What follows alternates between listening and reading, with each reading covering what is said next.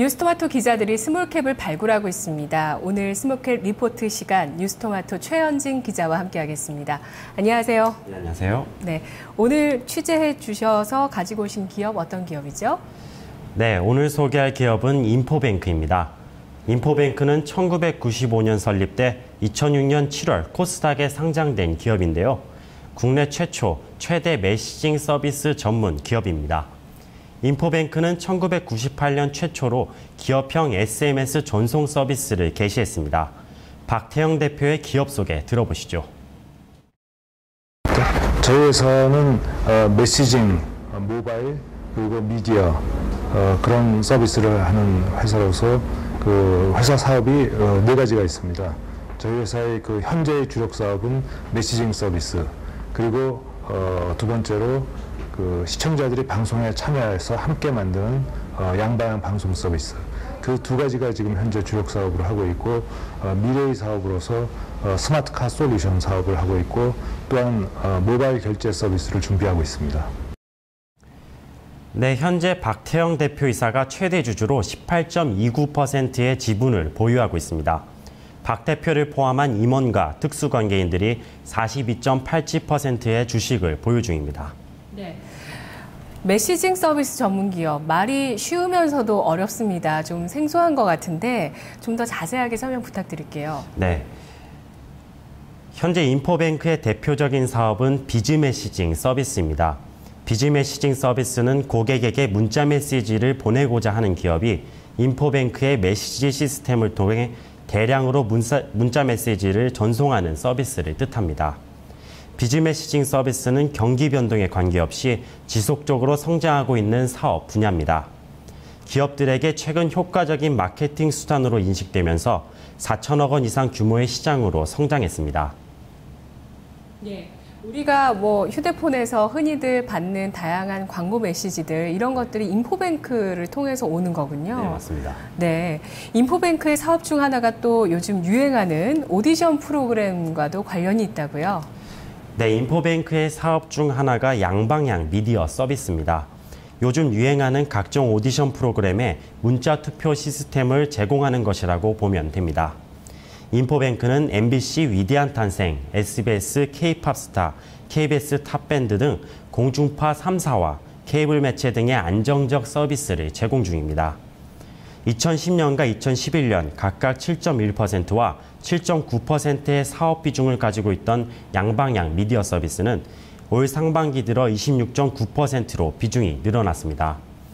지난해 하반기 27억여 원에 불과했던 매출은 올 상반기 들어 124억여 원으로 꽁충 뛰었습니다. 네, 지난해 하반기 대비 올해 상반기 4배나 커졌네요, 이쪽 시장이요.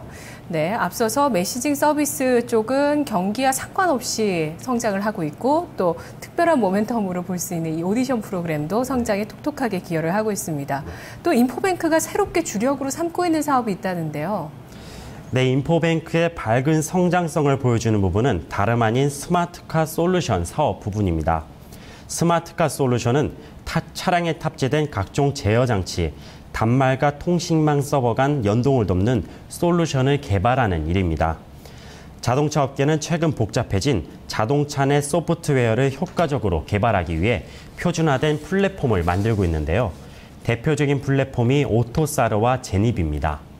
인포뱅크는 오토사르 관련 핵심 인력을 확보하고 제니비 관련 WBS 프로젝트에 참여하고 있어 국내 시장에서 선도적인 위치를 확보 중입니다. 예, 진출을 하긴 했고요. 또 일단은 선도적인 위치를 잡았다고 하셨는데 구체적으로 이 스마트카 솔루션 사업에서 성과를 낸 게 있습니까? 네, 최근 인포뱅크는 스마트카 솔루션 부분에서 가시적인 성과를 본격적으로 내놓고 있는 상황입니다. 지난해 6월 23일 인포뱅크는 지식경제부가 주관하는 WBS 프로젝트 차량 인포테인먼트 분야에서 주간 사업자로 선정됐습니다. 인포뱅크가 주관 기관을 맡은 이 사업의 총 사업비는 125억 5천만 원에 이릅니다.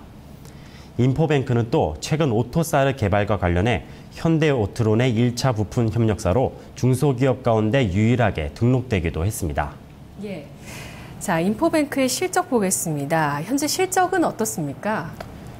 2012년 인포뱅크의 예상 실적은 매출액 900억 원, 영업이익 40억 원 수준입니다. 인포뱅크의 순이익은 113억 원 수준으로 예상되고 있습니다. 순이익이 급증한 이유는 1분기에 보유하고 있던 컴투스의 주식을 매각해 금융이익 약 62억 원을 얻었기 때문입니다. 홍종철 경영전략부 부장의 올 실적 전망에 대해 한번 들어보시죠. 네, 올해 인포뱅크 실적으로는 크게 이제 저희 주력 사업 4가지별로 말씀을 드리겠습니다. 첫 번째 이제 서비스인 기업용 메시징 서비스가 전체 실적의 한 60% 정도 나올 것 같고요. 그다음에 이제 양방향 미디어 서비스가 한 30%. 그다음에 스마트카 서비스하고 이제 그의 기타 이제 저희 SI 쪽 해역 10%에서 총 이제 올해 저희 애널리스트 분들께서 이제 분석한 레포트를 보시면 이제 1,000억 원으로 이제 잡아놨는데요. 인포뱅크에게 2012년은 굉장히 중요한 한 해였습니다. 작년 하반기부터 양방향 미디어 서비스 시장이 본격적으로 성장하면서 매출이 상당히 늘었습니다. 올해 상반기부터 그동안 심혈을 기울여온 스마트카 솔루션 시장에 본격적으로 뛰어들면서 주력 사업의 변화를 겪고 있기도 합니다. 인포뱅크 전체 인원 중 35%를 차지하는 스마트카 솔루션 사업부는 올해부터 본격적인 흑자로 돌아서면서 회사 이익과 사업 다각화 측면에서 큰 기여를 할 것으로 보입니다. 네, 올해 이 스마트카 솔루션 사업 새로운 성장 동력으로 떠오르게 될 수 있겠군요. 네. 기대를 좀 해봐야 될 것 같은데요.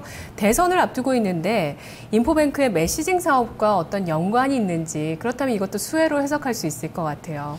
올해 대선을 앞두고 있는데요. 네. 메시징 서비스에 주력하는 인포뱅크의 사업 구조상 대선이 인포뱅크의 매출에 영향을 줄 것이라고 생각하는 투자자분들이 많을 것이라 예상됩니다. 하지만 대선을 비롯한 선거철이라고 하더라도 특별히 문자 투표 수요에 영향을 준 적은 없습니다. 일부에서는 인포뱅크를 안철수 테마주로 관련짓기도 하는데요. 특정 대선 후보와는 관계가 없는 것으로 판단됩니다. 예.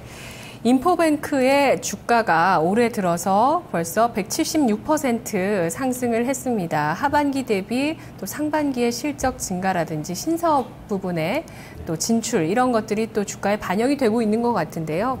앞으로 종합적으로 어떻게 주가가 흘러가게 될지 전망 부탁드릴게요. 네.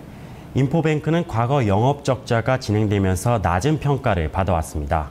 그러나 올해부터 재평가가 이루어지고 있는 상황입니다. 새로운 방송 트렌드로 자리 잡은 양방향 문자 서비스의 높은 성장세는 2013년에도 전체 실적 성장을 견인할 것으로 보입니다. 새로운 방송 트렌드로 자리 잡은 양방향 미디어 서비스뿐 아니라 스마트카 솔루션 부분에서도 서비스 성장 초기 단계에서 독점적인 위치를 점하고 있다는 것이 장점입니다. 올해 인포뱅크의 예상 PER은 10.5배 수준입니다. 최근 인포뱅크의 주가가 계속 상승하고 있음에도 불구하고 이 정도의 PER이 예상된다는 것은 인포뱅크의 향후 성장성을 감안할 때 여전히 매력적인 주가를 기록하고 있다는 것으로 풀이됩니다. 결론적으로 인포뱅크가 현재 안정된 수익 창출원을 가지고 있고 향후 높은 성장성이 예상되는 산업 분야에서 선도적 위치를 차지하고 있다는 점을 감안할 때 비중 확대가 유효하다는 판단입니다. 네, 저평가 매력도 있고 기업의 성장성도 있고요. 메시징 서비스에서 스마트카 솔루션까지 사업 다각화하고 있는 부분 주목해서 봐야 되겠습니다. 말씀 고맙습니다. 네, 감사합니다. 스모켈 리포트 최현진 기자의 인포뱅크였습니다. 뉴스토마토 홈페이지에서 스모켈 리포트 다시 보실 수 있습니다.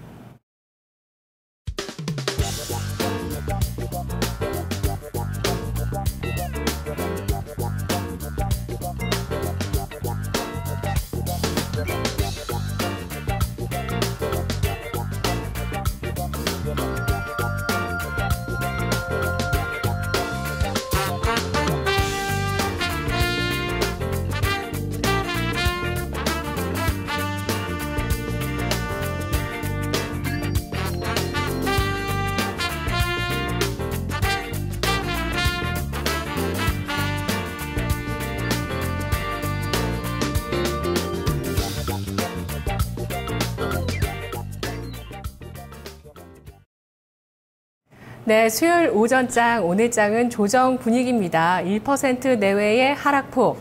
내일 또 다양한 국내 변수들을 또 반영할 채비를 좀 더 해야 될 것 같고요. 남아있는 오후장 동안의 대응 전략 잘 짜시기 바랍니다. 저는 내일 이 시간 오전장 금융통화위원회와 함께 오도록 하겠습니다. 고맙습니다.